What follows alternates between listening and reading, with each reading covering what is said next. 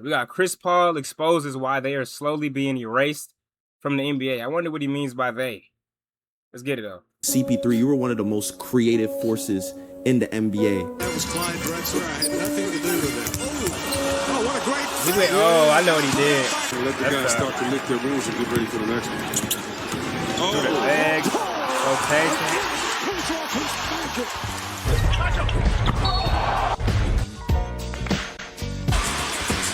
That boy was a whole different player back then, all right? What? 2 rebounds away from a triple-double, 22 points, 10 assists, 8 rebounds, make it 11. Kevin Durant, though, said the other day that 6'2" and under guards aren't at a premium anymore. And I'm like, I don't know if the 6'2" and under guard is at a premium no more as a starter. Maybe as a backup. If you look at the game today, point guards now are 6'7", 6'8", 6'9". And there have been unbelievable games. You still need some guys out there that know the playbook, that know how to orchestrate the game or whatnot. And if you come across a guy who ain't 6'2", who was that? That's 6 feet, 6'1" or whatnot, I thought that was Derrick Rose be just fine. Well, now tuned in to the Dark Times Challenge. Right, like everybody thinks that they gonna be the next Wemby just because they tall, right? And everybody think that they're gonna be KD he was before Wemby. They tall, but KD probably be the first person to tell you, and I don't know, but you still need some basketball IQ, some smarts. Like everybody think you can throw all these forwards on the court and just say go win the game. No, that ain't happening. That nigga's a pure shooter though. At that height. Rebound.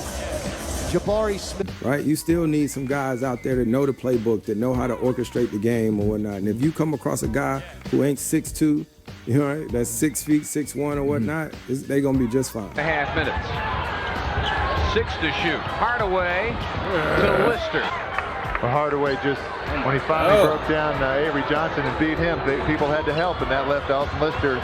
These players now play accidental basketball, and it drives me and Phil crazy because it's all penetrating pitch. You may make the shot, you may not. You have no idea who's going to be open or whatever. It's accidental basketball. We play basketball with purpose. And that's really the bigger point Kobe Bryant was making. Yes, the game has evolved, but somewhere along the way, the other point Kobe Bryant was making. Yes, the game. That nigga Tim basketball Hardaway. with purpose. And that's really the bigger point Kobe Bryant was making. Yes, the game has evolved, but somewhere along the way, that's all you need, the evolution started removing so many things that made basketball actually feel like basketball. And then we've lost post-up players. Bigs don't even have a place in the game anymore. Right. That to me is the tragedy, because now what we do where is we have bigs at? these guys where is Olajuwon? that work in basketball offices that are analytic guys that sit here and say why we need to shoot more 3s and 2s. And they convince the upper management and everybody else that we should be, guys that never played the game, you should be shooting more 3s and 2s. The game of basketball is pretty simple if the ball's moving. Sure. Now, the point guard can do whatever he wants to do. He can sit and dribble from one side to the other, back and forth. But he's an initiator, and if he gets that ball moving, that ball's moving, everybody feels a part of it. It doesn't matter where it ends up, because it's always going to end up to the best player. You know? Sometimes that always happens. But Ball has energy. That's right, and you get that ball moving, and good things happen all the time. It's a pretty simple game if you play it the right way. You know, what's funny, what I don't like about the NBA is that makes sense. Game if you play it the right way. You know, what's funny, what I don't like about the NBA is you're special. He's a difference maker. He's a floor general. He has the IQ. He makes those around him better. And if you look at the game today, point guards now are 6'7", 6'8", 6'9". So I'm like, we're missing the point guards, traditional point guards, I like to call them. You know, like a Chris Paul.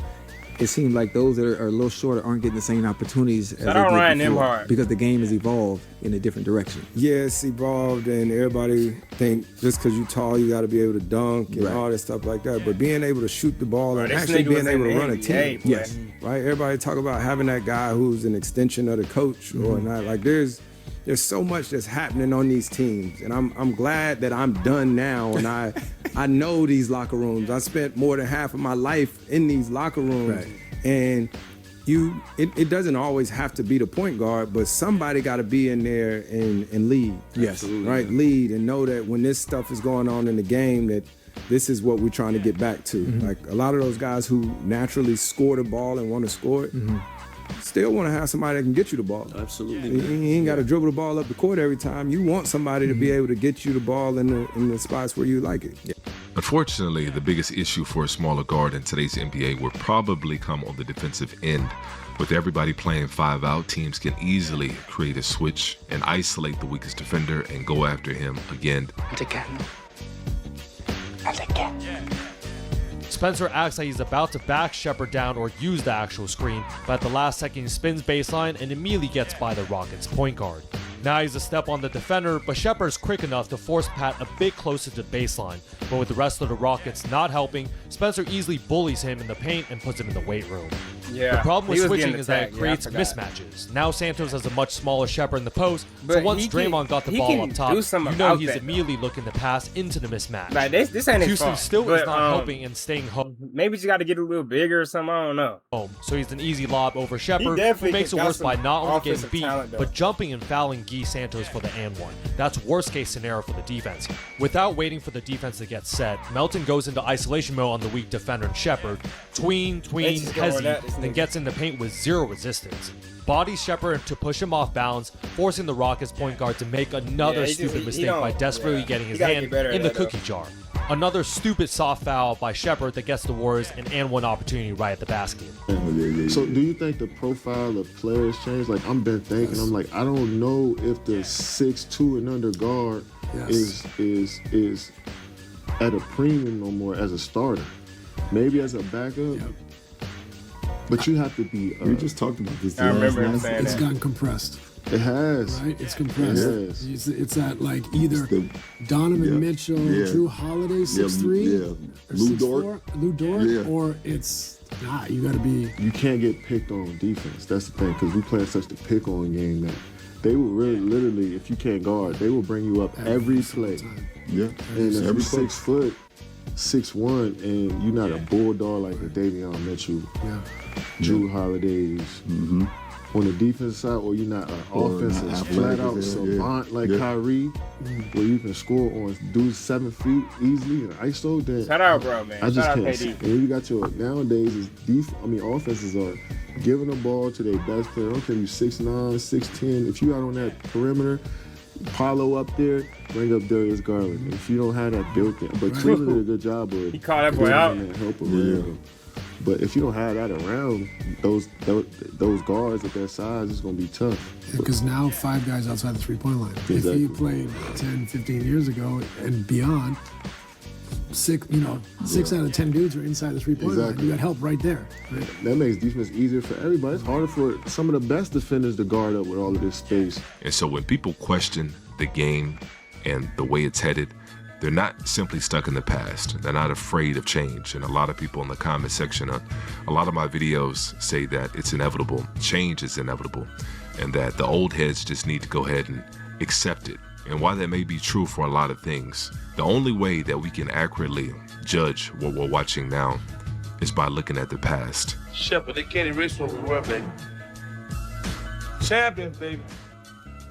They can't erase what we were, man. And so it's not simply nostalgia for people that grew up watching basketball in the 80s and the 90s or even the 2000s. It's more than that. It's witnessing an entire change of a genre that we once loved. And so people are wondering. Oh, I did forget Colin Sexton and, Walker Kessler. That's probably why they got Colin Sexton on the Lakers. They working out together. Entire change of a genre that we once loved. And so people are wondering, are we ever going to see a return to actual basketball? A game with variety, nuance, and creativity? Or is 5-out accidental basketball simply the way that the NBA has decided the game is going to be from this point on? But that's my take on it. Let's go ahead and talk about it in the comment section below as we usually do. And if you haven't done so already, make sure you got... Shout out, bro, man. Y'all let me know what y'all think, man. I'm out, bro. No cap.